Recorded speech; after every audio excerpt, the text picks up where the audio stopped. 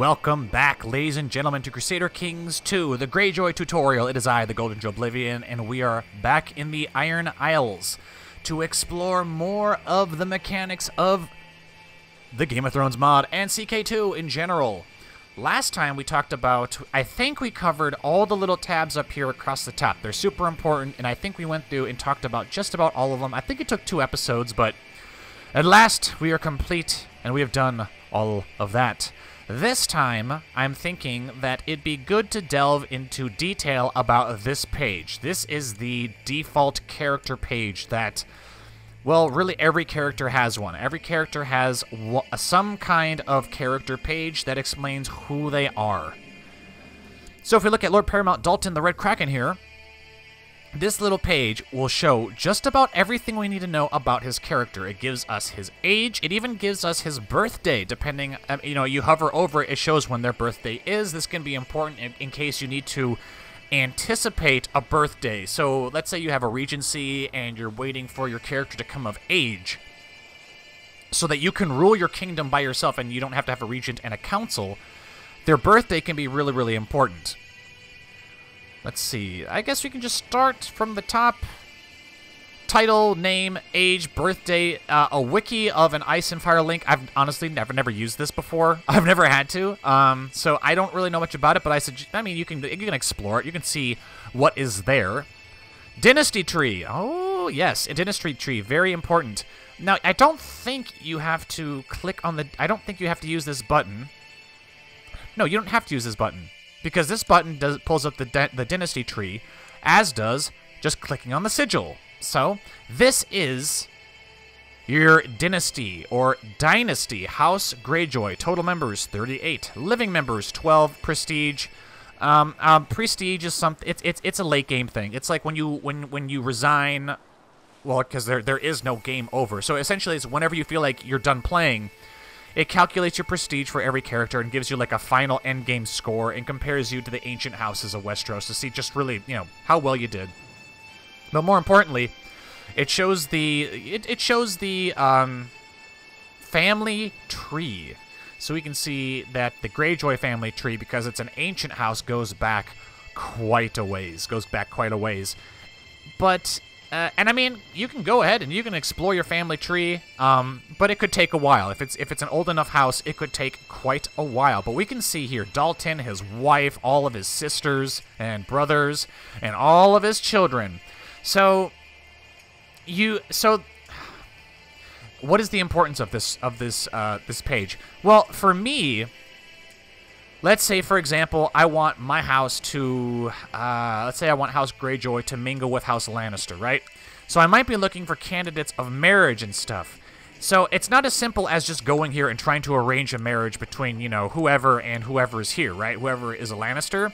Because Lord Paramount Jason here has his own personal court, and he has only so many of his own family members there. He could have other family members that are all across the Westerlands, that if you try to arrange a marriage through Jason, you won't get access to them. So, that's why I would open up the House Lannister family tree and just start expanding these little tabs here, and we can see, really, where the Lannisters all are. We got Tyland, we got Tyrion here. She's married to some clown who's not a Lannister, and then you got all these people who have Lannister bloods. If you have the Bloodlines mod, which I highly suggest you getting, you can see that it's available here for these people who are actually of House Blackwood. But they're technically Lannisters. So this is a great way to find people you can marry and shit like that. So if you go back to the character tree, oh, not the character tree, the character information page, we also have family tree, which opens up a more, I guess just a different version of the family tree. What is this? Oh, okay. So it is the family tree, but it's a little bit easier to read, a little bit more in detail. There's children, there's parents, grandparents, great-grandparents. Okay, that's cool. I normally never look at this, though, so I don't know how useful it is. Realm tree. I have never opened this before. What is this?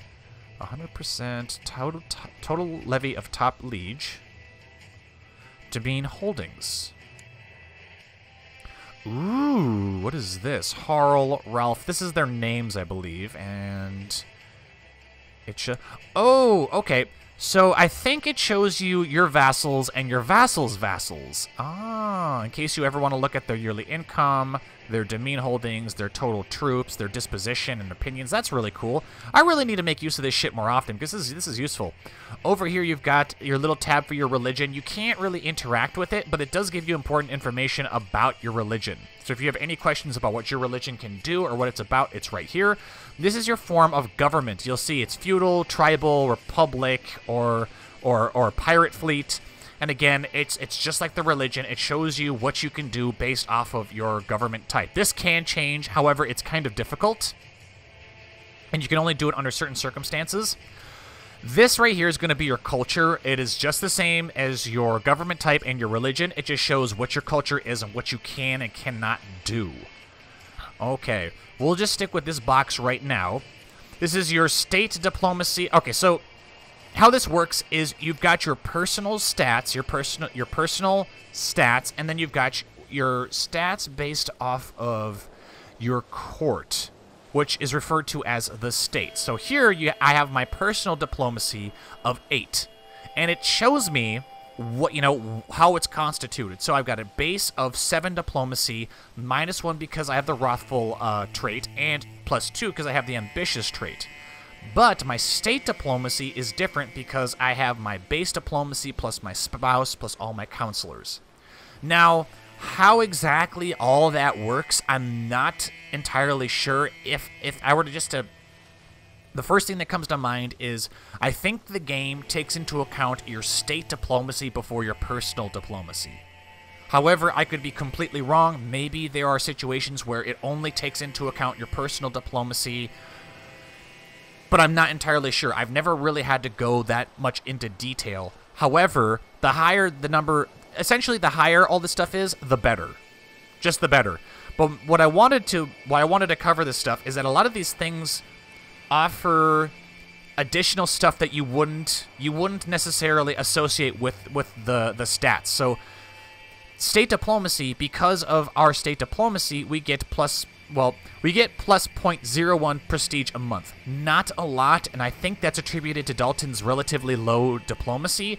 But, if you have a high diplomacy, you could get prestige monthly just for having really, really good diplomacy. Level 25 Marshal gives us plus 1% land organization, which I assume is a good thing, because 25 is pretty damn high, and so I assume it correlates to a pretty damn good increase to land organization. State Stewardship, we get a plus 2% national tax modifier. Not too bad, especially for an incredibly bad stewardship. State Intrigue. Ooh, we don't get anything extra. Alright, that's acceptable. And then State Learning is monthly piety over time. So these are all your traits. And if you play the game like I do, you're going to be trying to either balance these out, or you're going to be playing as a character where you're trying to max out maybe 1 or 2 of these stats here. Over on this side, we can see we got our vassal limit. Your vassal limit indicates how many direct vassals you can have at count tier or higher, excluding nomad clans. Having too many direct vassals will negatively affect the amount of taxes and levies you get from your vassals, and you might lose the grip of your vassals upon death, of course. And it breaks down what exactly constitutes your vassal limit. And generally, you want to stay within your vassal limit unless you're going full North Korea mode like my Joeblivion Bolton series, which if you guys want to see what it's like to have way more vassals than you should, I highly suggest checking out that series on this channel.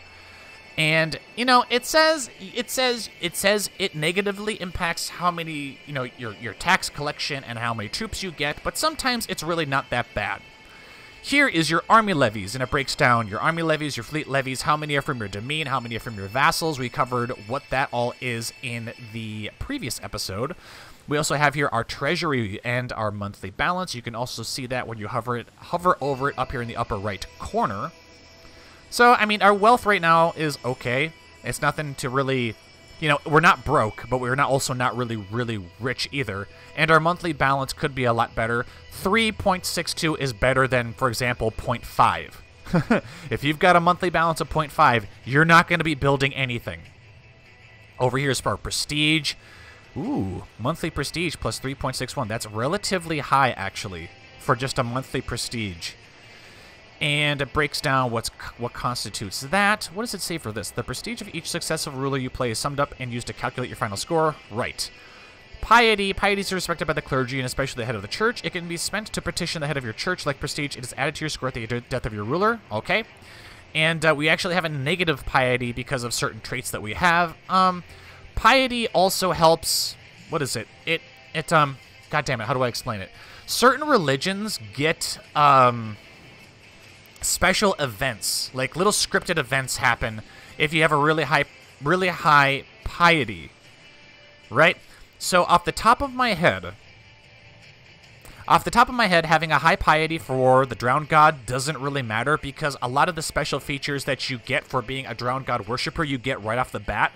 You know, you can raid, you can take salt wives, you can take concubines, your fleets can navigate major rivers. You can do all these things right off the bat. You can sacrifice prisoners to the Drowned God for a piety boost. All this stuff is generally up front. Religions where having a high piety would actually be really important is, we're going to go down here to the Great Plaza, would be, for example, the Red God. Now, the Red God is one of the most powerful religions you can have if you have an extremely high piety. You can do...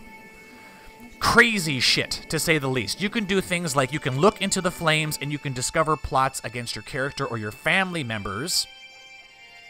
You can become... Let's see, how do I do it? How do I say it? I guess the simplest way to say it is you can, in a roundabout way, become immortal by following the Red God. And essentially that revolves around having a very, very high piety. And the way you get that high piety... oftentimes is by sacrificing people to the Red God, which essentially is burning them at the stake, you know, like you see King Stannis do in the television series. And you can spend... It adds up sacrifice points, and you can spend those sacrifice points to heal yourself in a miraculous way. So, for example, let's say you got a character who gets into a duel and they lose their eye or something. If they perform enough sacrifices, they could use those sacrificial points, and assuming they have a high enough piety, and assuming they have a red priest who has a high enough learning skill, they can actually be healed of that. Like, I don't know how they do it. Maybe they stick their head into an oven or something. It has something to do with fire, and it just magically heals their eye back. Or they can grow back a missing hand, or, you know, if they're a eunuch, they can grow back their, you know, their special parts. And that's just the beginning. If you have a high enough piety and if you have enough sacrifice points, you can do crazy shit. Like, if your character gets killed, your red priest can bring you back to life. Kind of like Melisandre did to Jon Snow when he was stabbed to death in Castle Black.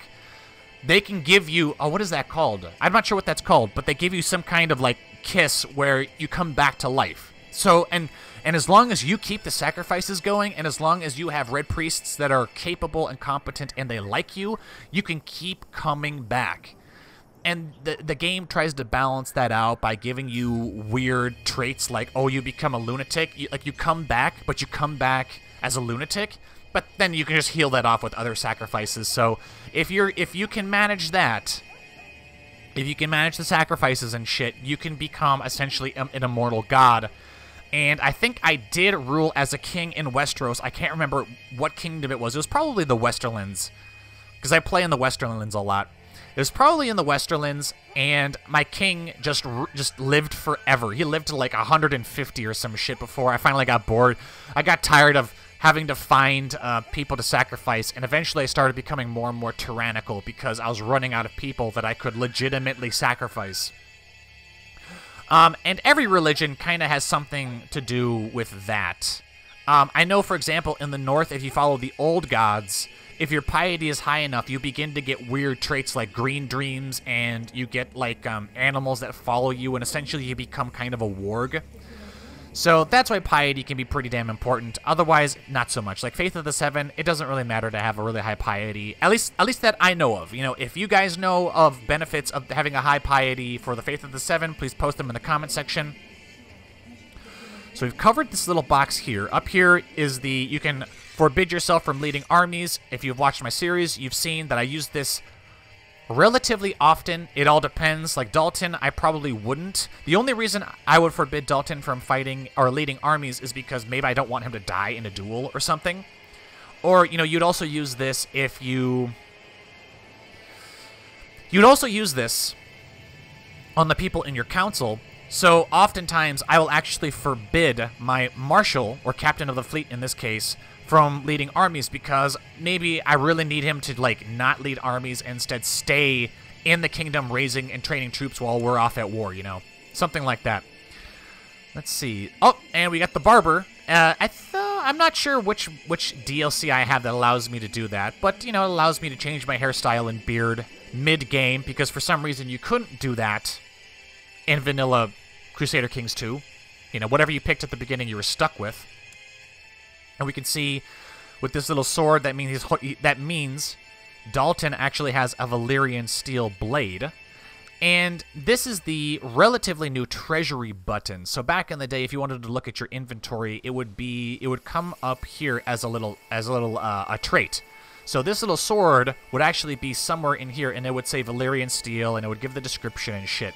Now it's this cool little treasury that opens up a new menu, and we can see all new types of details about our artifact. So it says when it was created, when it was acquired, its name. It gives a description of what it is. Nightfall. Nightfall is a Valyrian steel sword that belonged to House Harlaw towards the end of the 3rd century AL. It has a moonstone pommel. Excellent. Some artifacts have conditions that must be fulfilled before granting its holders its effects. Okay. Some pretty decent traits.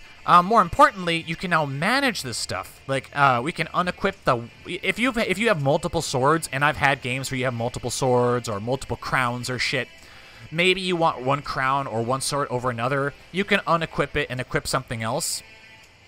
But more importantly is the ability to manage it. I'm not sure why it asks you if you want to manage it or not. I think because you can make some terrible mistakes if you're not sure what you're doing. What would you like to do with Nightfall? Sell it, which we would get 500 gold for, but we would lose a lot of prestige, which is understandable. Now, for some reason, it's missing some options. For example, you could... What could you do? You could rename it. Some items, some artifacts you can actually rename. I'm guessing Nightfall cannot be renamed because it's super important to the story. But, you know, if you make something like a flagship, like let's say you want to build a flagship, which I think is an option here, construct a flagship. Right, we can actually do that. When it's done being constructed, it would go into our inventory, and we could change its name, we can sell it, what have you, right? So that is the inventory little spot. This is our character's portrait. This is generally our spouse's portrait. Hovering over the little rings here shows what kind of marriage it is. Ooh, half the skill values of the spouse are added to those of a ruler for purposes of government. Ooh, I didn't know that. So you might want to pick a spouse who has really high traits. And because we were aiming for a spouse with the genius trait, we got a pretty damn good spouse. Excellent. Down here is your heir. In this case, it is our brother. Oftentimes, it is your children. This box here is going to show, I think, this row up here will show you what you own. So we own the Kingdom of the Iron Isles, we have the Lordship of Pike, and we have the High Lordship of Pike and the Lordship of Pike. So these are all of our current titles that we hold. Down here would be titles that we have claims on. So we could either marry into it, or we could usurp the title, or we could go to war for the title, you know, to press our claim. And then down here would show us who we're currently at war with and who we have, I think, pacts with, or truces. Yes, it would show us who we're at war with, who we're defending from, who we have a truce with, and who we're hostile towards because they've raided us. Now, we're the Ironborn, we're not likely to get raided by anybody, but the west of Westeros might become hostile towards us because we raid them. And it would display it down here for both us and the enemies. So we can see Lord Paramount Jason of the Westerlands here is part of the Dance of Dragons, defending against Princess Rhaenyra of the Iron Throne in the Dance of Dragons. And it actually shows, like, war score, favor, who's attacking, who's defending, goes into huge detail about who's on what side and what have you. Over here, I'm not sure if we talked about this. We probably have because I've already, you know, played around with some of this. this is your focus. You can change this every few years. I think the limit is you have to have a focus for 5 years before you can change it, and that's just to prevent you from spamming different focuses and stuff. So when you pick a focus, you're committing to it for the next 5 years. So it's important that you know what you're picking. Over here is an ambition, and ambitions they also have a time that you have to dedicate towards it. You can't just jump in and out of ambitions. Over here are what I would call temporary traits in a way. So, for example, here we have holding a wedding. It shows what it does, and it shows us when it expires. Or it expires next year sometime. Okay. Then we have exceptional military ruler. This has no time limit on it, but if something happens, and let's say Lord Paramount Dalton becomes incapable or infirm, if this number goes down enough, it will drop from exceptional military ruler to competent to terrible, etc. From treasury. Okay, so it sums up everything that we get from our treasury. Nice. This is an extremely important bar, and these are our traits. So the way traits work is some traits are genetic.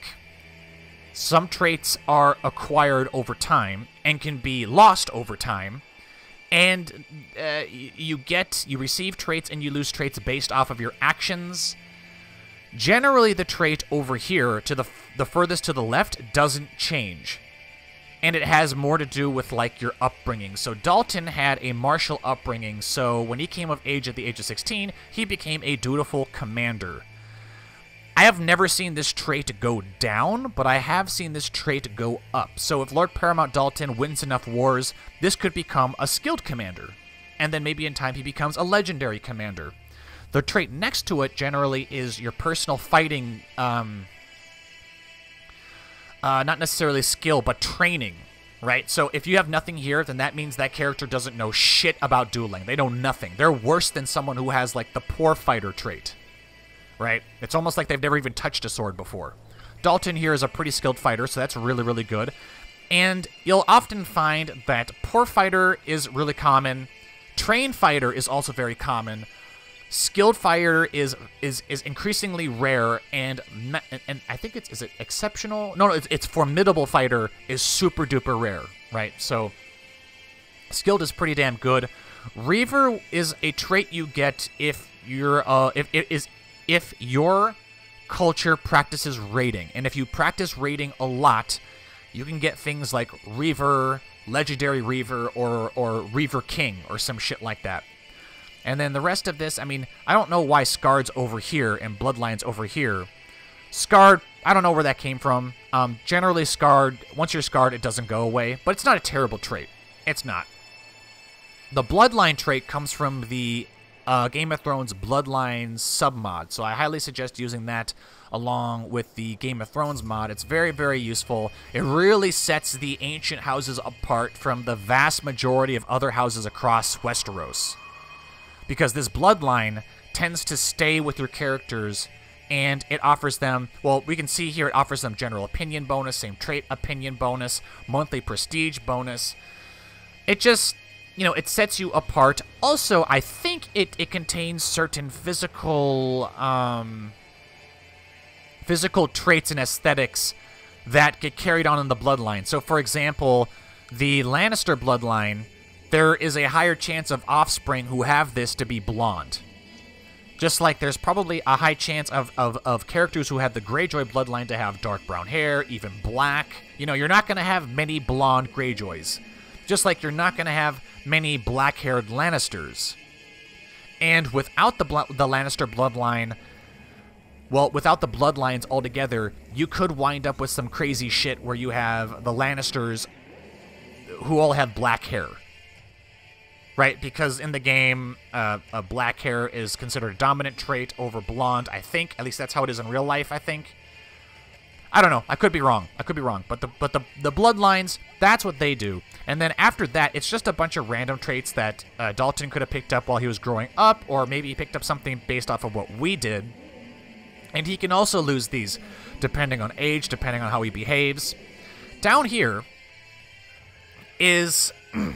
Right, so this little shield and sword down here, I mainly look at because I want to determine someone's personal combat skill, right? If I want to see how good Dalton is in a duel, it says right there at the bottom, personal combat skill 100. They recently changed it to where the personal combat skill used to be a lot smaller. So, for example, a personal combat skill of 10, was it 10? I think it was 20 would have been, like, insanely good. Legendary, almost. 10 would be pretty damn good. Less than that is bad. You know, negative is terrible. If there is no personal combat skill, that's a character that you shouldn't be using in duels. Dalton is really, really good in dueling, so fuck yeah, good for him. The combat modifier, I generally never use it. This modifies any flank led by this character. Ooh, interesting. Neat. And then down here is what you get, what you would get. This stuff down here is more battle. If you're in a battle, this shit matters. So inspiring leader, morale, defense, morale, damage. This is what you'd get for if you're, you know, if Dalton were leading a flank or a center or something like that. I want to look at some of my commanders here. Actually, my commanders here kind of suck. Let's look all together. You know, dragons, doesn't really matter for dragons. Ah, here we go. Damon. So Damon has got an insane martial score. That's because he's a dragon rider. Really? He's a dragon rider? Caraxes. Oh, this is the Dance of Dragons. For some reason, I'm thinking this is the Blackfire Rebellion. It's not. Right, so he's got Organizer, Inspiring Leader, Flat Terrain Expert. If you focus on the warpath, like I have Dalton here, you will frequently get traits down here, all sorts of shit. And you can actually choose. You know, do you want to specialize in mountains? Do I want to specialize in... flatland combat? Do I want to specialize in light infantry or heavy infantry or cavalry? You know, it's important stuff to get. And the more of this you see, generally the better the commander. But when you're in battles, it's really important to pick commanders who have traits that benefit their position on the battlefield. You know, you want the guys who are on your flanks to have the flanker expert trait, for example. All right. With that said, we have more tabs down here. And these are pretty straightforward. Family is your immediate family. You got your grandparents, your parents, your children, your siblings. It's kind of like the dynasty tree or the family tree up here, but it's a lot easier to see. Wards are going to be children that you're kind of taking care of and or educating. And then concubines, that's different for the Ironborn. It's like slaves, I guess you could say, or thralls that you get from conquest. If we go down here to the... Oh, they have concubines, too. Yeah, but the Faith of the Seven, they don't take concubines. So that generally remains empty for Faith of the Seven. But for factions that raid, concubines wind up here. Relations, pretty straightforward. Friends, dragons, you know, I'm friends with my son, Lord Theomore. Rivals. Rivals can be people that hate you for all sorts of reasons. You often get lots of rivals if you're using the seduction focus and you start seducing, for example... If Dalton picked the seduction focus and began seducing, like, the wives of a bunch of his vassals would become rivals and they would hate his guts, understandably. Marriage ties, you know, for brother, sisters-in-law, mother, father-in-laws, that sort of shit. And then lovers are what you get if you're using the seduction focus, although you don't always have to use the seduction focus. Sometimes you get spontaneous events where it's like, oh... For example, Dalton here's got the lustful trait, so he will get random events to get lovers just because he's lustful. Right? Because that's going to be something he's thinking about. And vassals. Vassals are also kind of important, because these are the guys who are... Well, they are your direct vassals. They are the ones who have lots of men. They are the ones who give you soldiers. So we can see, of the 14,000 army levies we have, almost 9,000 of that comes from our vassals. So they give us more than half of all of our armies put together. So under the vassals page, this is where we can see who is our vassal. They're ranked from the, you know, who's the most powerful to who's the weakest. I mean, you can change it to however you like, but I prefer rank, so I know that Crom Harlaw is our most powerful vassal. Gives us his income. It also shows us, most importantly, his opinion of us, and it's not too good at the moment. which could be bad, because Crom might decide that maybe he wants to be the new Lord Paramount of the Iron Isles, and he'll start conspiring in the faction tab to do that. Here in the court tab is everybody in our court, so I'm assuming it's everybody who's going to be in the court of Pike here on this little island here. And again, it's arranged by rank. Let's see, Lord of Oldwick, where is he? Ah, he is in my court because he's a part of my council. Excellent. So people that you have on your council will generally be in your court. So they leave whatever realm they rule, and they come here and they work for you. And, you know, it's the same thing as vassals. It just shows you their opinion of you, and that can be really important in case you want to find somebody who, for example, has a negative 76 opinion of you in your own court. Could be a problem. Over here is pacts. This is really important for... in case you have a lot of alliances and non-aggression pacts, they're going to be under this tab. I also find it really, really important when you decide you're going to attack somebody, take a look under the pacts tab for other people, right? Because nothing sucks more than declaring war on a nation or a country only to find out that you're now at war with 2, 3 different countries because they were all allied together and you didn't take the time to look at those alliances. And then, lastly, we have courtiers who are currently abroad. Characters can reside at a foreign court if they are imprisoned or being educated there. Furthermore, counselors, even if rulers themselves, will reside at the court of their liege. I never look at this tab. I never look at that. I've never had any reason to. And I believe that is everything to do with the default character information page. I mean, you know, you got your little kingdom here, shows you what this is. Well, we'll get into this, we'll get into that another time. Look at that little crown. That's a cool little crown. Well, that's going to sum up the character information page. I hope that this episode was useful to you guys. If you enjoyed the episode, be sure to like, comment, and subscribe. This has been Crusader Kings 2, the Greyjoy tutorial. I have been the Golden Joeblivion. And until next time, I will see you all later.